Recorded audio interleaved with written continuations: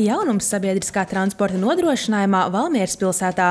VTU Valmiera iegādājies 2 jaunus elektroautobusus, tādējādi turpinot spērt soļus uz CO2 izmešu daudzumu samazināšanu pilsētvidē.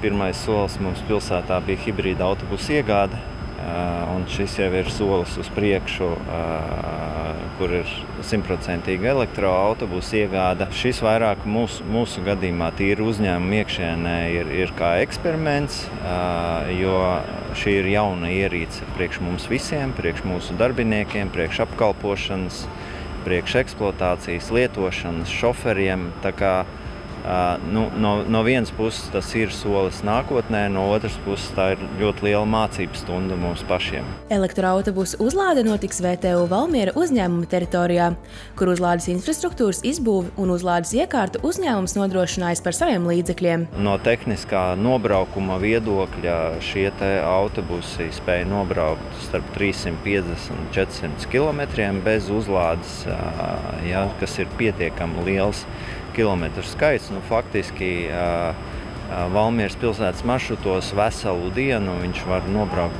bez jebkādām problēmām. Viss maršruts, kas tajā konkrētajā dienā ir jānobrauc.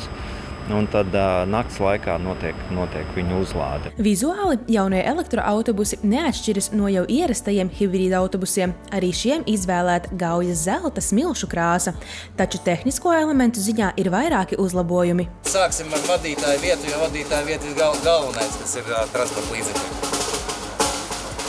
Transporta līdzeklis aprīkots ar jaunākām sistēmām. Tās ir mūsu inovācijas, un mēs arī piedāvājam.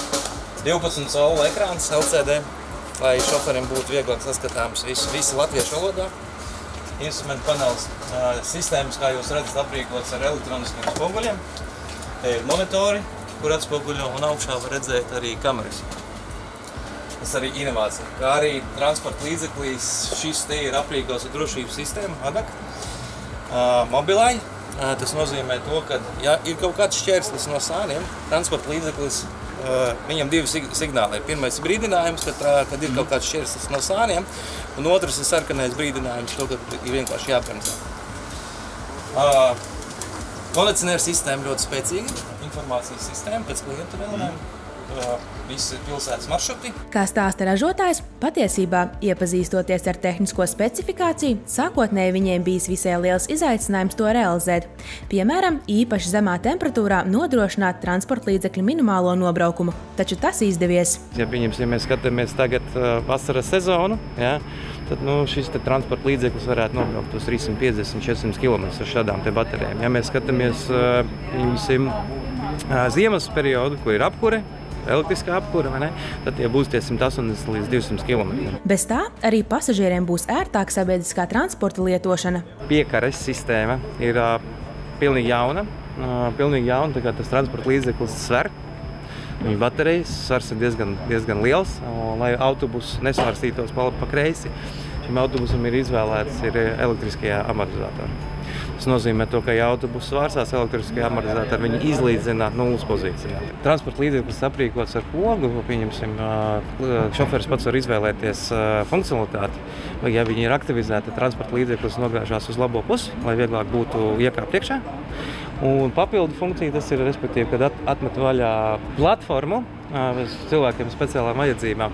Transporta līdzeklis arī automātiski sagāžās. Tur arī pat tā funkcija nav obligāti ieslēgtai jābūt. Jauno elektroautobusu iegāde bija iespējama pateicoties Eiropas Savienības kohēzijas fonda līdzfinansējumam, un pasažieri jau šobrīd ar tiem pārvietojas Valmieras ielās. Taču pie šī uzņēmums VTU Valmiera neapstājas, jo ir jau noslēdzis līgumu par 6 jaunu elektrisko mikroautobusu iegādi, ar kuriem nākotnē tiks pārvadāti pasažieri tieši reģionālās nozīmes maršrutos.